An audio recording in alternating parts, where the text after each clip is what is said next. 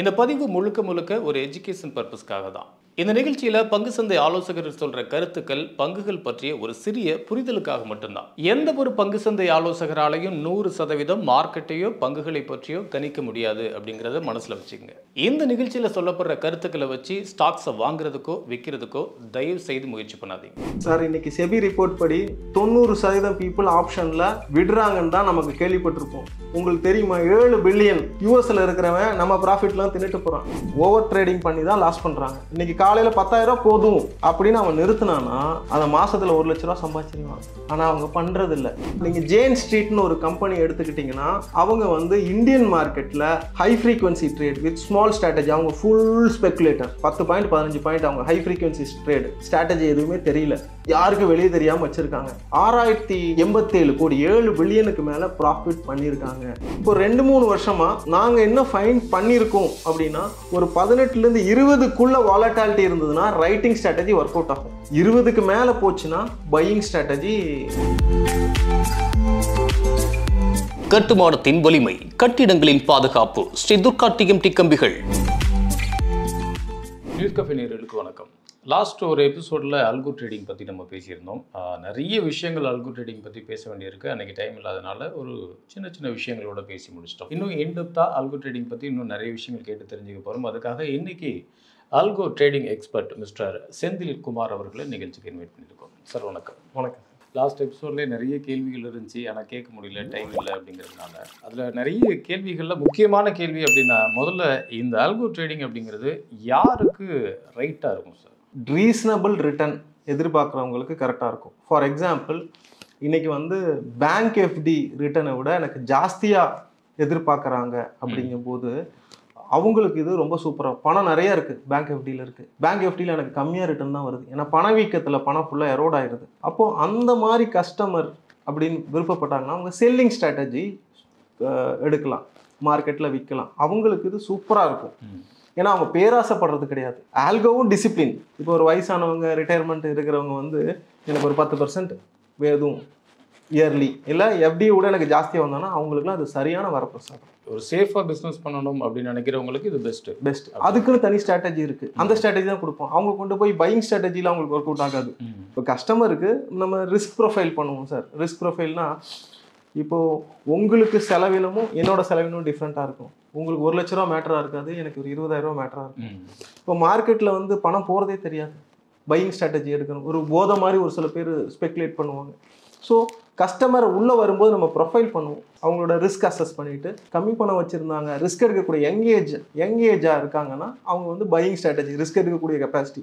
Even though young ஏஜாக இருப்பான், ஒரு 1000 ரூபா லாஸ் ஆச்சுன்னா மயக்கம் போட்டு விடுற ஆளுகளும் இருக்காங்க. சரி, இன்றைக்கி வந்து அவங்களோட பேக்ரவுண்டு அவங்க செட் ஆஃப் எப்படி வந்திருக்காங்க அதை பொறுத்து இருக்குது.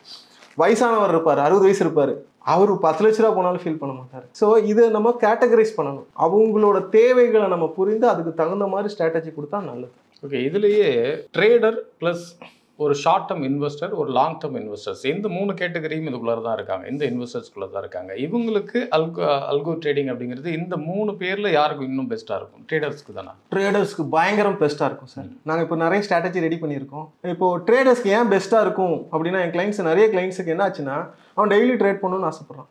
அப்போ நான் அவர் சொல்லி நிறுத்தி வச்சிருக்கேன், இந்த ஆல்கோ இப்போ நீ ட்ரேட் பண்ணணும்னு ஆசைப்படுறேன், அவங்கள நம்ம நிறுத்தணும்னா நம்ம அங்கே கேட்டை போட்டு பேரியர் பண்ண மாதிரி இருக்குது. செந்தில் ஏதோ தப்பு பண்ணுறான், இவன் என் வளர்ச்சியை தடை பண்ணுறாங்கிற மாதிரி ஏதோ இருக்கும். அப்போ நான் என்ன சொன்னேன், நீ ஒரு லாட்டு போடு, நீ உனக்கு ட்ரேட் பண்ணணும்னு ஆசை இருந்தால் அந்த சிக்னல் எடுக்கும்போது நீங்கள் அதை கூட ஒரு 2-3 லாட் போனால் அவரும் ஹாப்பி, நாங்களும் ஹாப்பி. இப்போ என்ன நிறைய டைம் என்ன பண்ணுறாங்கன்னா, ஓவர் ட்ரேடிங் பண்ணும்போது நிறையா லாஸ் பண்ணுறாங்க. இப்போது சார் இது தவிர்க்க முடியாது, ஓவர் ட்ரேடிங் பண்ணி தான் லாஸ் பண்ணுறாங்க. இன்றைக்கி காலையில் 10,000 போதும் அப்படின்னு அவன் நிறுத்தினானா அந்த மாதத்தில் 1 லட்ச ரூபா சம்பாதிச்சிருவான்.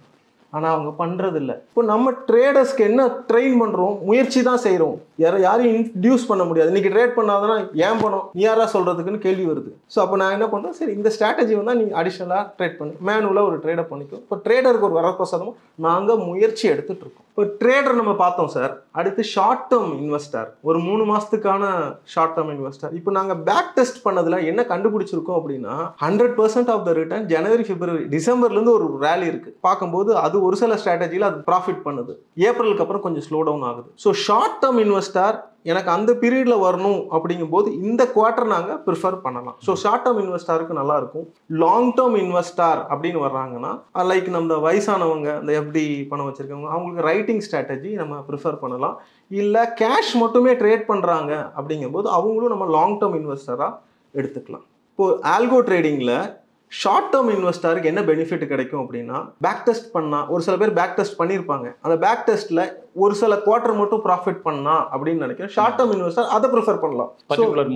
Particular months for example January, February, March அந்த குவார்ட்டர் நல்லா ப்ராஃபிட் பண்ணும். ஸோ அவங்க ஷார்ட் டேர்ம் இன்வெஸ்டருக்கு எனக்கு இந்த பீரியடில் மட்டும் பண்ணிட்டு போகிறவங்களுக்கு ஷார்ட் டேர்ம் இன்வெஸ்டருக்கு ஹெல்ப்ஃபுல்லாக இருக்கும். லாங் டேர்ம் இன்வெஸ்டர் ரைட்டிங் பண்ணுறாங்க, பணம் ஜாஸ்தியாக இருக்குது, நம்ம இதுக்கு முன்னாடி டிஸ்கஸ் பண்ணோம், கம்மியான ரிட்டர்ன் போதும், எஃப்டி விட ஜாஸ்தியாக வரணும், அவங்க லாங் டேர்ம் இன்வெஸ்டர் இந்த ரைட்டிங் ஸ்ட்ராட்டஜி போனீங்கன்னா அவங்களுக்கு ப்ராஃபிட்டாக இருக்கும்.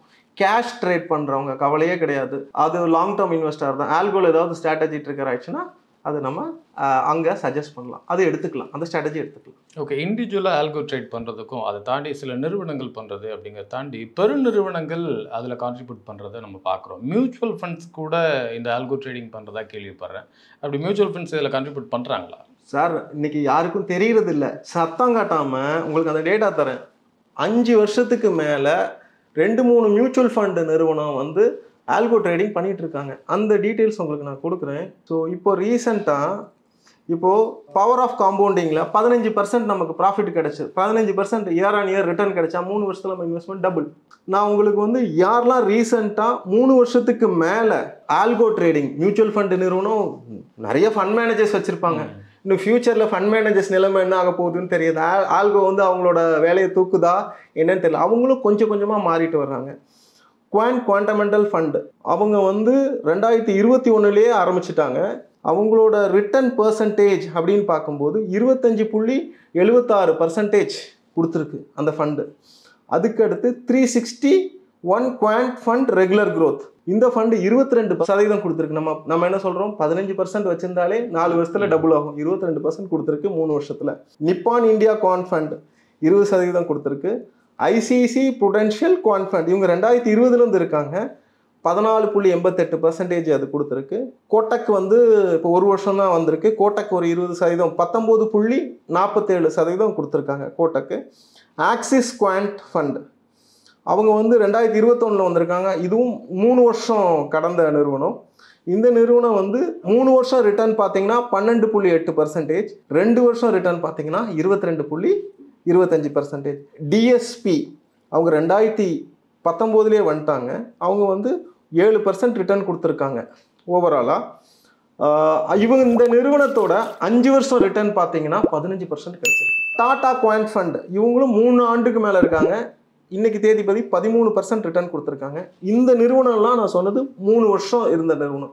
5 வருஷம் இருந்த நிறுவனம் இருக்குது. 5 வருஷம் ரிட்டர்ன் கொடுத்த நிறுவனத்தில் பார்த்தோம்னா நிப்பான் இந்தியா இருக்காங்க. 5 வருஷத்தில் 13.18% இருக்காங்க. நல்ல ரீசனபிள் ரிட்டர்ன் வருது. ஃபியூச்சரில் நிறையா கம்பெனி இப்போ ரீசெண்டாக எஸ்பிஐயும் குவான் ஃபண்டு கொண்டு வந்துட்டு இருக்காங்க. இன்னும் நிறையா நிறுவனங்கள் மியூச்சுவல் ஃபண்டில் வர்றதுக்கு வாய்ப்புகள் இருக்குது. ஓகே, நிறுவனங்களை தாண்டி இண்டிவிஜுவலாக இவர் வந்து ஆல்கோ ட்ரேடிங் பண்ணார், இதனால ஒரு நல்ல ப்ராஃபிட் அடைஞ்சிருக்காரு அப்படின்னு அப்படி ஏதாவது ஒரு சக்ஸஸ் ஸ்டோரி இருக்கா? ஒரு பெரிய மார்ஜின் பார்த்த ஒரு சக்ஸஸ்? சார் இன்னைக்கு செபி ரிப்போர்ட் படி 90% பீப்புள் ஆப்ஷனில் விடுறாங்கன்னு தான் நமக்கு கேள்விப்பட்டிருப்போம். உங்களுக்கு தெரியுமா, 7 பில்லியன் யூஎஸ்ல இருக்கிறவன் நம்ம ப்ராஃபிட்லாம் தின்னுட்டு போகிறான். நீங்கள் ஜேன் ஸ்ட்ரீட்னு ஒரு கம்பெனி எடுத்துக்கிட்டிங்கன்னா அவங்க வந்து இந்தியன் மார்க்கெட்டில் high frequency trade with small strategy, அவங்க ஃபுல் ஸ்பெக்குலேட்டர், 10 பாயிண்ட் 15 பாயிண்ட் அவங்க ஹை ஃப்ரீக்வன்சி ட்ரேடு ஸ்ட்ராட்டஜி எதுவுமே தெரியல, யாருக்கும் வெளியே தெரியாமல் வச்சுருக்காங்க. 6087 கோடி 7 பில்லியனுக்கு மேலே ப்ராஃபிட் பண்ணியிருக்காங்க. நம்ம ஆளுக்கு விடுற காசு வந்து ஒரு பெரிய நிறுவனம் பாக்கெட்டில் போயிட்டுருக்கு. இது என்ன சொல்லுவாங்கன்னா மார்க்கெட்டில் இந்த big fish always eat the small fish. அந்த நிறுவனம் பயங்கரமாக ப்ராஃபிட் பண்ணியிருக்கு. ஸோ ஃப்யூச்சர்லேயும் நமக்கும் வாய்ப்பு இருக்குது. இப்போ தான் கொஞ்சம் தெரிஞ்சு வந்துட்டு இருக்கு. இன்றைக்கி யங்ஸ்டர்ஸ் நிறையா பண்ணுறாங்க, ஐடி ப்ரொஃபஷன்ஸ் நிறையா பண்ணுறாங்க.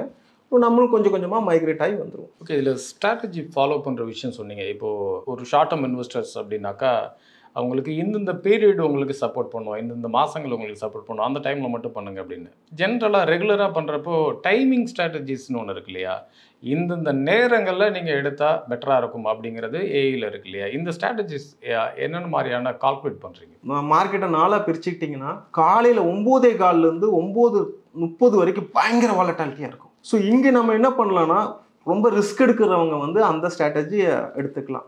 9:45 ஒரு 10:30 11 மணி வரைக்கும் டைரக்ஷன் காமிக்கும். இப்போ 9:15 9:45 வரைக்கும் ப்ரீவியஸ் யூஎஸ் மார்க்கெட் இருக்கும், அந்த கரெக்ஷன் இருக்கும், அதை பேட்ச் பண்ணி அந்த ப்ரைஸஸ்லாம் பயங்கரமாக நடக்கும். ரிஸ்க் எடுக்கிறவங்க அதை யூஸ் பண்ணிக்கலாம். 10 மணிக்கு மேலே டைரக்ஷன் கிடைக்கும், டைரக்ஷன் ஸ்ட்ராட்டஜி யூஸ் பண்ணிக்கலாம். நம்ம நார்மலாக இருக்கிறவங்க டைரக்ஷன் ஸ்ட்ராட்டஜி யூஸ் பண்ணிக்கலாம்.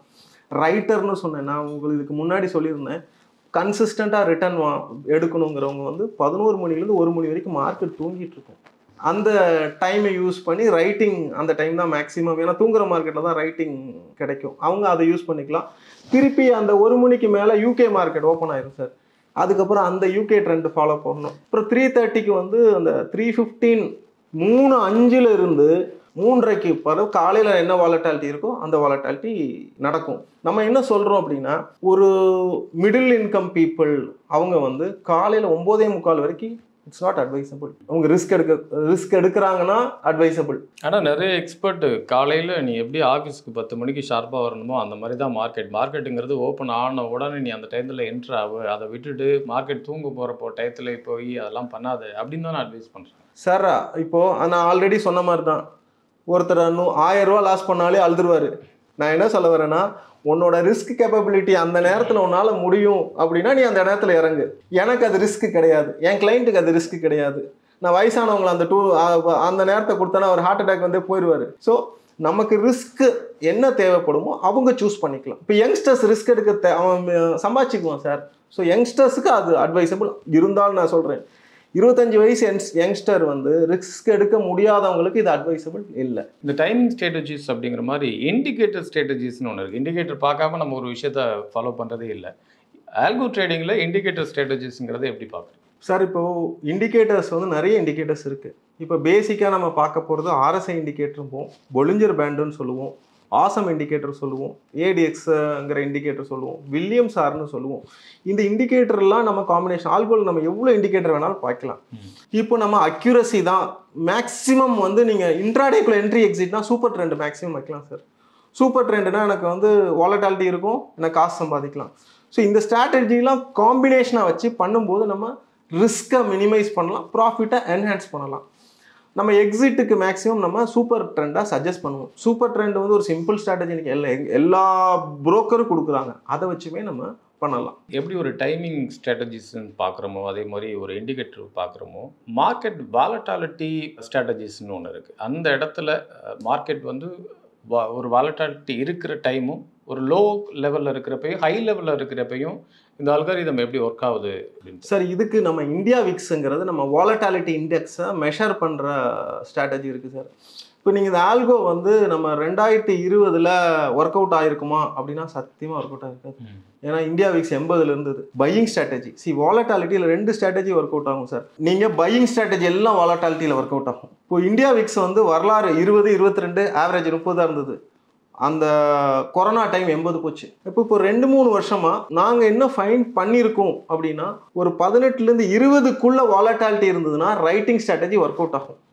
20க்கு மேலே போச்சுன்னா பையிங் ஸ்ட்ராட்டஜி நல்லா ஒர்க் அவுட் ஆகும். ஸோ வாலட்டாலிட்டிக்கும் இந்தியா விக்ஸுக்கும் பெரிய சம்மந்தம் இருக்குது. இப்போ நாங்கள் ஸ்ட்ராட்டஜி ஏன் ஃபெயில் ஆகுது அப்படிங்கிறதுக்கு வாலட்டாலிட்டி தான் பார்க்கணும். ஸோ இது மூலமாக நான் வந்து யூசருக்கு என்ன சொல்கிறேன்னா, நீங்கள் நிறைய ஸ்ட்ராட்டஜி சொந்தமாக டெவலப் பண்ணலாம். இன்றைக்கி எல்லாமே நெட்டில் இருக்குது. இந்தியா விக்ஸை பார்த்துட்டு ஸ்ட்ராட்டஜி டெஃபைன் பண்ணுங்கள். நீங்கள் பையராக இருந்தீங்கன்னா இந்தியா விக்ஸ் 15க்கு மேலே இருக்கிறது நல்லது, செல்லராக இருந்தீங்கன்னா 12க்கு கீழே இருக்கிறது நல்லது. ஓகே, பையர்ஸ் அண்ட் செல்லர்ஸ்க்கு இப்படி ஒரு ஸ்ட்ராட்டஜிஸ் இருக்குது அப்படிங்கிறப்ப இன்னொரு கொஸ்டின் என்னென்னா, இதில் யார் அதிகமாக ப்ராஃபிட் பார்க்குறது அப்படிங்கிறது, பையர் சைட்லேருந்தா இல்லை செல்லர் சைட்லேருந்தா? ஆல்கோ யாருக்கு சப்போர்ட் பண்ணுறது பெருசாக? இப்போது மார்க்கெட்டில் பையர்ஸ் எல்லாம் விட்டுறாங்க sir, most of the case. ஆனால் இப்போ ஆல்கோ வந்து என்ன பண்ணுறோன்னா, அதை கட்டைல் பண்ணுறதுக்கு தான் பையர்ஸுக்கு உண்டானது தான் அந்த பையிங் ஸ்ட்ராட்டஜி. செல்லர்ஸ் வந்து மார்க்கெட்டில் சம்பாதிக்கிறாங்க, அவங்களுக்கு தெரியும் எவ்வளோ டிகே ஆகும். இப்போது நம்ம சேனலில் நீங்கள் ஆப்ஷன் வீடியோ போட்டிருந்தீங்க, தீட்டா டிகேலாம் இருக்குது. நான் காமா வச்சு கூட ஸ்ட்ராட்டஜி எழுதுறேன். செல்லர்ஸ் மேக்ஸிமம் ப்ராஃபிட் பண்ணுறாங்க. அவங்க மார்ஜின் ஆஃப் ஏரர், ஆனால் செல்லருக்கு பணம் ஜாஸ்தி பண்ணும். ஆல்கோ என்ன உணர்த்துது அப்படின்னா இன்னும் வரும் காலகட்டத்தில் பையர்ஸும் ப்ராஃபிட் பண்ணுவாங்க. ஸோ நான் என்ன தீர்வு கொண்டு வரேன்னா, இப்போ எல்லாரும் ஆல்கோக்குள்ளே வந்துட்டாங்கன்னா நம்ம ஏர்லியர் டிஸ்கஸ் பண்ண மாதிரி தான், இந்த மினிமம் மார்ஜின் ஆஃப் எரர் கம்மியாக ப்ராஃபிட்டபிலிட்டி இன்க்ரீஸ் ஆகும். இந்த செபி சொன்ன மாதிரி 90% ஆஃப் த பீப்புள் லூஸ் பண்ணது வந்து இனி வந்து ஆல்கோக்கு வர்றவங்க செபி சொல்லலை, யாரும் லூஸ் பண்ணுறதா சொல்லவே கிடையாது. செபி ரிப்போர்ட்லேயே ஒரு 6000 கோடி ப்ராஃபிட் பண்ணியிருக்கான்னு சொல்லுது. அதுக்கப்புறம் தான் செபி நிறையா ரூல்ஸ் ஃபார்ம் பண்ணிட்டு இருக்காங்க. நான் ஃபியூச்சரில் பையர்ஸும் ப்ராஃபிட் பண்ணுவாங்கன்னு எதிர்பார்க்குறேன். ஓகே, ஒரு மார்க்கெட் டைனமிக் அப்படிங்கிறப்போ திடீர்னு நிறைய ரூல்ஸஸ் இருக்கும். லாஸ்ட் இயர் எப்படி இருந்துச்சோ அதே மாதிரி நெக்ஸ்ட் இயரில் இருக்க போகிறதில்ல. செபி சைட்லேருந்தே சம் இன்ஸ்ட்ரக்ஷன்லாம் கொடுத்துருப்பாங்க. இந்த லாட் சைஸ் இப்படி அப்படின்லாம் இப்போ நம்ம ரீசெண்டாக பார்த்தோம். அது மாதிரி ஒரு நார்ம்ஸ் நிறைய மாறுது. லாஸ்ட் இயரில் இருந்த மாதிரி இந்த இயரில் இருக்கிறது இல்லை. அப்படிங்கிறப்ப நம்ம லாஸ்ட் இயருக்கு என்ன அப்டேட் கொடுத்துருந்தோமோ அந்த அப்டேட்டை வச்சு ஆல்கோ இந்த இயருக்கு என்ன பண்ணும் அப்படிங்கிற கேள்வி. சார் இப்போ நாங்கள் இப்போ தான் கொஞ்சம் ரிலீஸ் ஆகிருக்கோம் சார். செபி திடீர்னு ரூல்ஸ் எல்லாம் போட்டாங்க, லாட் சைஸ்லாம் மாற்றிட்டாங்க. இப்போது நாங்கள் மார்க்கெட் டைனமிக்ஸ் வந்து என்ன ப்ராப்ளம்னா, நாங்கள் லாட் சைஸை சேஞ்ச் பண்ணணும், பையர்ஸ் எத்தனை பேர் இருக்காங்க, லிக்விடிட்டி இருக்காங்களான்னு பார்க்கணும். பையர்ஸ் இது கண்டிப்பாக ஒரு எரர் தான். இப்போ இண்டிவிஜுவலாக பண்ணுறவங்களுக்கு இது ஒரு பிரச்சனை தான் சார். மார்க்கெட் திடீர்னு நம்ம யூஸ்வலாக டிஸ்கஸ் பண்ணோம், ஸ்லோ டவுன் ஆகுது அப்படின்னு சொன்னோம். 2 வருஷத்துக்கு முன்னாடி போட்ட ஸ்ட்ராட்டஜி இப்போ ஒர்க் அவுட் ஆகுது இல்லைங்க. ஸோ அதுக்கு தகுந்த மாதிரி நம்ம கொஞ்சம் டியூன் பண்ண வேண்டியது இருக்குது. ஸோ இதுக்கு கொஞ்சம் நாலேஜ் தேவைப்படும். மார்க்கெட் டைனமிக்ஸுக்கு மார்க்கெட்டை சார்ந்து நம்ம போகிறது நல்லது. இப்போ நாங்கள் ஃபுல்லாக ரிவ்யூம் பண்ணுறதுக்கு எங்களுக்கு ஒரு 15 நாள் எடுத்துச்சு. ஏன்னா லாட் சைஸ் மாறுது, ரிஸ்க் ப்ரொஃபைல் மாறுது, யூசர் வந்து அதை தெரிஞ்சுட்டு பண்ணுறது நல்லது. மார்க்கெட் டைனமிக்ஸுக்கு தகுந்த மாதிரி அவங்க ஸ்ட்ராட்டஜியை மாற்றிக்கணும், கொஞ்சம் டியூன் பண்ணணும், அவ்வளோ. அல்கோ ட்ரேடிங் பற்றி இன்னும் நிறைய பேசுவோம் அடுத்தடுத்த நிகழ்ச்சியில். இன்னைக்கு நிகழ்ச்சிக்கு வந்து மிக்க நன்றி சார். நன்றி. மீண்டும் மற்றொரு நிகழ்ச்சியில் சந்திப்போம். வணக்கம். இந்த வீடியோ உங்களுக்கு பிடிச்சிருந்தா லைக் பண்ணுங்க, ஷேர் பண்ணுங்க, கமெண்ட் பண்ணுங்க, மறக்காம பெல் பட்டனை கிளிக் பண்ணிட்டு சப்ஸ்கிரைப் பண்ணிடுங்க.